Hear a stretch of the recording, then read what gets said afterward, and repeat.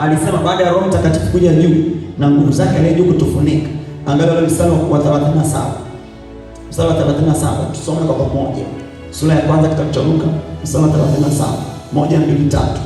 Kwa kuwa hakuna neno lisilowezekana kwa Mungu. Amen. Yeye aliuliza hivi, itakuwaje neno hili? Jibu la malaika ilikuwa na mambo matatu. La kwanza ilikuwa Roho Mtakatifu atakuja. La pili kuna ushuhuda. Haleluya. Mpendwa, unamhitaji Elizabeth. Amen. Wewe usichanganye tu na kila mtu. Usiende kwa kila mtu, utachanganyikiwa. Tafuta nani? Tafuta nani? Banana na Elizabeth.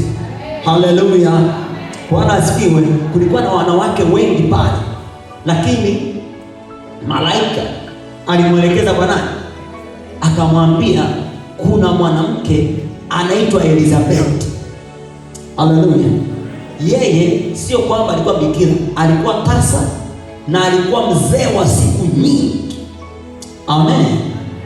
Katika uzee wake na yeye amepata mimba. Leo hii ni miezi 6. Tafuta watu ambao wanavuka mipaka kwa uwezo wa Roho Mtakatifu. Tafuta kampani za watu wanaovuka mipaka. Tafuta urafiki na watu wanaovuka mipaka. Acha urafiki wa hisia, acha urafiki wa mazoea, acha urafiki wa kudanganyana. Tafuta wale ambao wanavuka mipaka. Amen. Watu ambao ukifika kwao watakwambia nini? Roho Mtakatifu ameshajaa kwao. Amina. Mtaanza kusemezana kwa zaburi, tenzi za rohoni, nyimbo na kumwimbia na kumwadhimisha Bwana. Ndio mazingira Bwana anataka hayo. Haleluya. Amen. Haleluya. Tafuta mtu fulani hivi ambaye ameshapita kwa imani kwenye eneo lako. Ameshapita kwa eneo fulani hivi kwa imani. Amen. Wewe msonge tu huyo. Bwana asifiwe. Unganaye urafiki huyo. Amina. Tunavuka mipaka kwa Roho Mtakatifu. Haleluya. Haleluya wapende. Wapende watu wote. Lakini kwa na Elizabeth. Haleluya. Amina. Kwa na nani?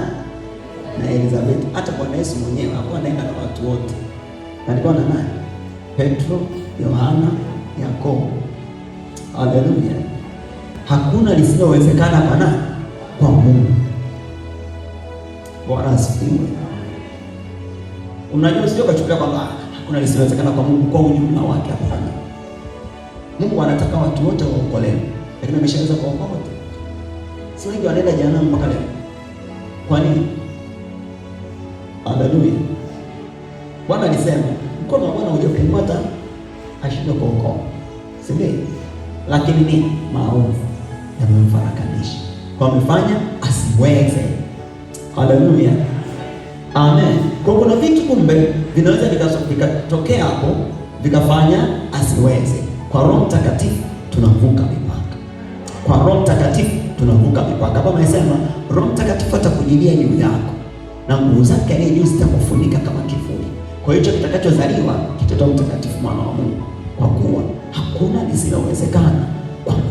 Kila mara unaporuhusu Roho Mtakatifu kwenye maisha yako, hakuna lisilowezekana. Amen. Roho Mtakatifu si mwanadamu bali ni nani? Mungu. Roho Mtakatifu sio kiumbe bali ni muumba. Bwana asifiwe. Roho Mtakatifu sio kiumbe, ni muumba. Mungu yuko huyu. Mungu ni mmoja basi. Haleluya. Lakini nafsi tatu. Kuna Baba, Mwana na Roho Mtakatifu. Bwana asifiwe. Haleluya. Haleluya wapendwa. Yaani ni huyo Mungu mmoja. Huyo peke yake. Ndio hapa akasema Roho Mtakatifu. Ndio maana unaona kama inachanganyika. Ukimwambia uongo Roho Mtakatifu. Huko anasema ukimwambia uongo Mungu. Ndio huyo Roho Mtakatifu ndio nani? Ndio Mungu. Kitabu cha Yohana Injili sura ya 4.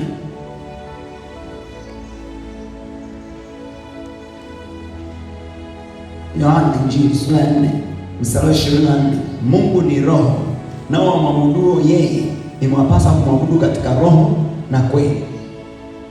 Mungu ni roho, kwa wamwabudu yeye. Wamwabudu nani? Wamwabudu nani? Unaweza kusema wamwabudu Mungu, lakini pia unaweza kusema sasa Mungu ni roho, wamwabudu yeye. Wamwabudu roho, inabidi wamwabudu katika roho. Amen.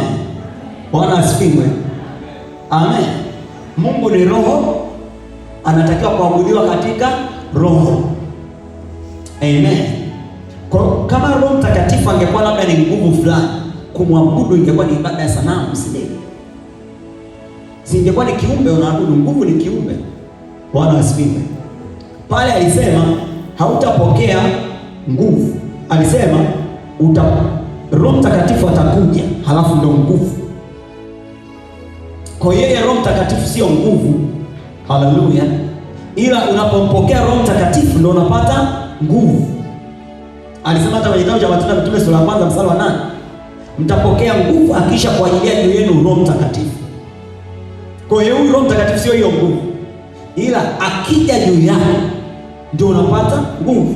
Roho Mtakatifu sio upako, ila Roho Mtakatifu akija juu yako unapata upako. Kama ilivyo akija mwana kwenye maisha yako unapata wokovu, si ndio?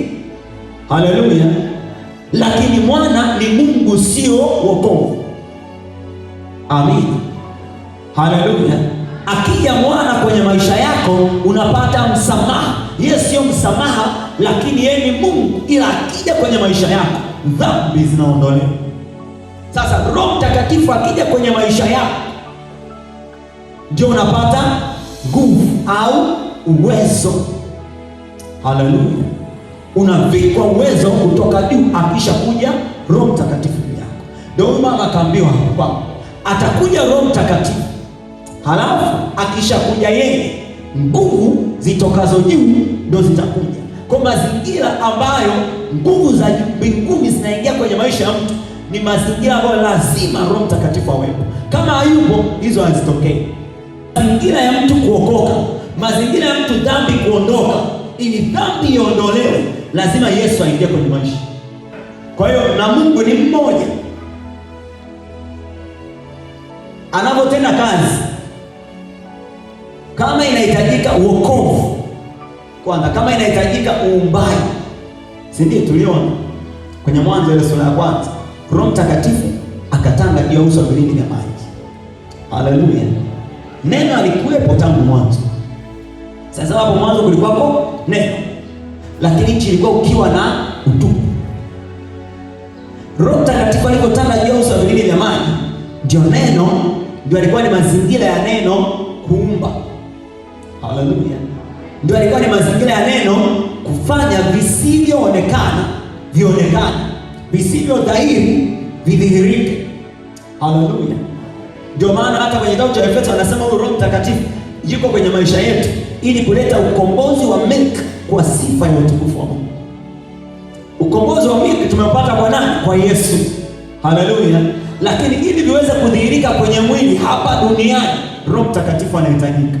Yesu ni neno, alikuwa anakuja duniani kuleta uokovu, lakini ili adhihirike, yaani huyu neno afanyike mwili akae kwetu tuone utukufu, ilikuwa lazima Roho Mtakatifu aje.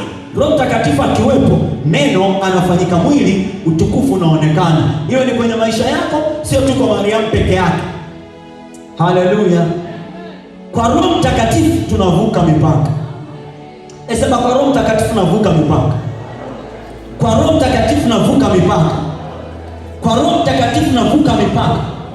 Kwa Roho Mtakatifu navuka mipaka. Kwa Roho Mtakatifu mimi navuka mipaka.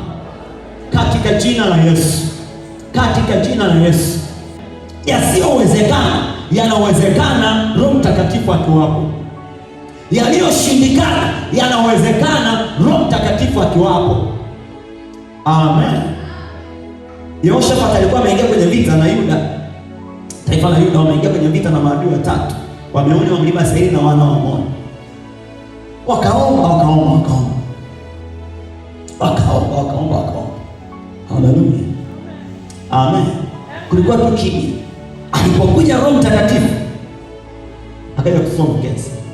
Akasema hii vita sio ya kweli. Amen. Hii ni vita ya Bwana. Sasa baada ya Roho Mtakatifu kusema vita ya Bwana, vita ni ya Bwana. Sasa mazingira hayo Bwana wa majeshi akatokea. Akatuma wavizi hao. Waamoni walimalizana wenyewe. Wa mlima Seiri wenyewe. Wa Meuni wenyewe. Na iwe hivyo kwako kwa jina la Yesu Kristo. Na iwe hivyo kwako kwa mamlaka ya jina la Yesu. Hivyo kwa mamlaka ya jina la Yesu Kristo. Tunavuka mipaka kwa jina la Yesu.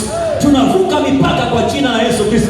Hata kama kuna Waamoni, kuna Wameuni, kuna wa mlima Seiri, kwa Roho Mtakatifu tunavuka mipaka. Kwa Roho Mtakatifu tunavuka mipaka. Kwa Roho Mtakatifu tunavuka mipaka. Kwa Roho Mtakatifu tunavuka mipaka. Hatukwamishwi na chochote. Tunavuka mipaka kwa nguvu na uwezo wa Roho Mtakatifu. Haleluya. Amen. Bwana Yesu alisema kwenye kitabu kile cha Luka sura ya mwisho, wakati anatoa maelekezo akasema, msiondoke kwenye mji. Kabla pale alisema nendeni ulimwenguni mote. Haleluya. Kwenye kitabu cha Mathayo akasema nendeni ulimwenguni mote. Lakini kwenye kitabu cha Luka akasema, msiondoke kwanza mpaka mvikwe uweza utokao juu. Haleluya. Amen. Pata neno, halafu pata na uweza utokao juu. Bwana asifiwe. Haleluya. Hapo kila neno linafanyika. Katika mazingira ya Roho Mtakatifu hakuna neno linabaki.